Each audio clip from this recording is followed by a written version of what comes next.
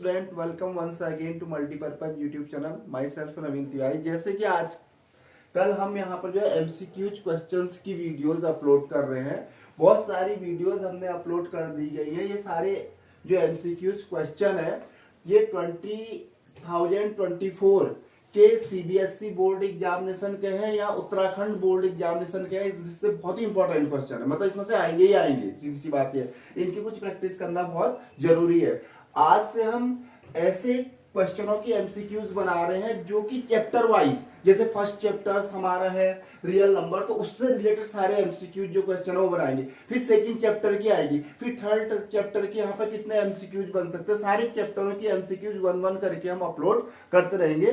तो आप हमारी वीडियो पर बने रहिए, देखते रहिए और इसको शेयर एंड सब्सक्राइब करिए। फर्स्ट यहाँ पर देखिए है the decimal expansion of decimal expansions of the rational numbers 33 2 raised to the power 2 multiply 5 will termination after, मतलब अगर इस डेसिमल एक्सपेंशन को सॉल्व भी किया जाए तो कितने डेसिमल बाद ये टर्मिनेट हो जाएगा। 1 2 3 4, जैसे यहां पर लिखा ऑप्शन है, फर्स्ट है 1 डेसिमल प्लेस, सेकेंड है 2 डेसिमल प्लेस, थर्ड है 3 डेसिमल प्लेसेस और फोर्थ है मोर देन 3 डेसिमल प्लेसेस। अब कोई भी नंबर हमारा कितने डेसिमल प्लेसेस बाद क्या होगा, टर्मिनेट होगा, ये डिपेंड करता है डिनोमिनेटर पर। यदि डिनोमिनेटर की पावर, डिनोमिनेटर में 2 की पावर यहां पर देखिए 2 है, इस पर डिपेंड करेगा। डिनोमिनेटर में 2 की पावर क्या है 2, तो इट मींस ये 2 डेसिमल प्लेसेस बाद क्या हो जाएगा। तो any numbers terminations open the power of 2 in terminator 2 की पावर के बेस पर टर्मिनेट हो जाएगा। तो इसका आंसर क्या आ जाएगा आपका, 2 की पावर वाला कौन सा है, 2 decimal place, it's answer is B. तो इसको आप सीधे ओरली यहाँ पे बता सकते हैं, 2 की पावर जितनी होगी उतने नंबर्स के बाद हमारा जो नंबर होगा क्या होगा, टर्मिनेट होगा। अगर 2 की पावर यहाँ पर 3 होगी तो 3 नंबर्स के बाद टर्मिनेट होगा, 2 की पावर 4 होगी तो 4 के बाद टर्मिनेट होगा, ठीक है। बट यहाँ पर 2 की पावर 2 ही है, तो 2 डेसिमल प्लेसेस के बाद अगर इसको सॉल्व भी किया जाए पूरा 33 अपॉन 2 2 जा 4 4 5 जा 20 किया जाए और 20 से 33 को डिवाइड किया जाए तो वो 2 डेसिमल प्लेसेस के बाद टर्मिनेट हो जाएगा। उसके बाद आगे उसमें नंबर्स नहीं आएगा। फर्स्ट क्वेश्चन नंबर नेक्स्ट है 22, for some integer m every odd integer is of the forms a m b m plus 1 c 2m and d 2m plus 1।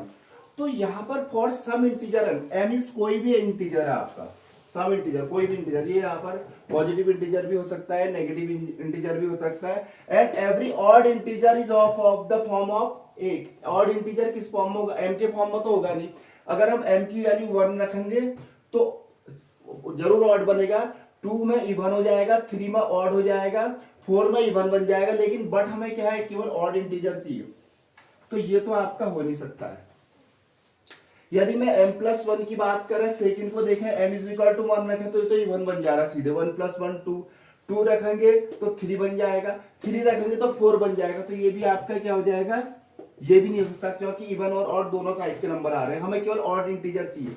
तो 2m यहाँ पर हमारा क्या है, ये तो वैसे ही इवन नंबर है, m की जगह 1 रखेंगे, 2 × 1 करेंगे 2 हो जाएगा, m की जगह 2 रखेंगे, 2 × 2 करेंगे 4 आ जाएगा। ये तो हमेशा ही इवन नंबर आएगा, always even number, 2m is always even number.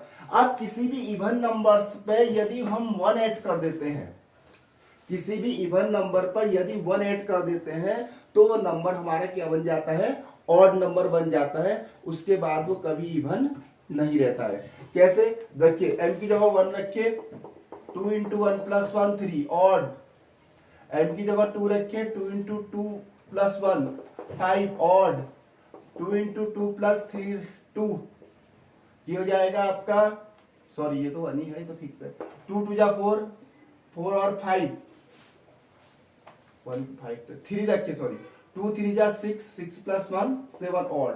देखिए कभी भी यहां पर इवन नंबर आने के कोई चांसेस ही नहीं है, तो इसलिए ये क्या कौन सा होना चाहिए, एवरी का है, प्रत्येक एवरी, तो ये इसका आंसर आ जाएगा D. D is correct, 2m+1। तो 2m+1 में आप m की वैल्यू चाहे इवन रखिए चाहे ऑड रखिए, तो हमेशा क्या आएगा, ऑड आएगा, ठीक है। और कोई भी नंबर ऐसा नहीं है। आफ्टर दैट क्वेश्चन नंबर 23, थोड़ी सी यहाँ पे इसको मिटा देते हैं।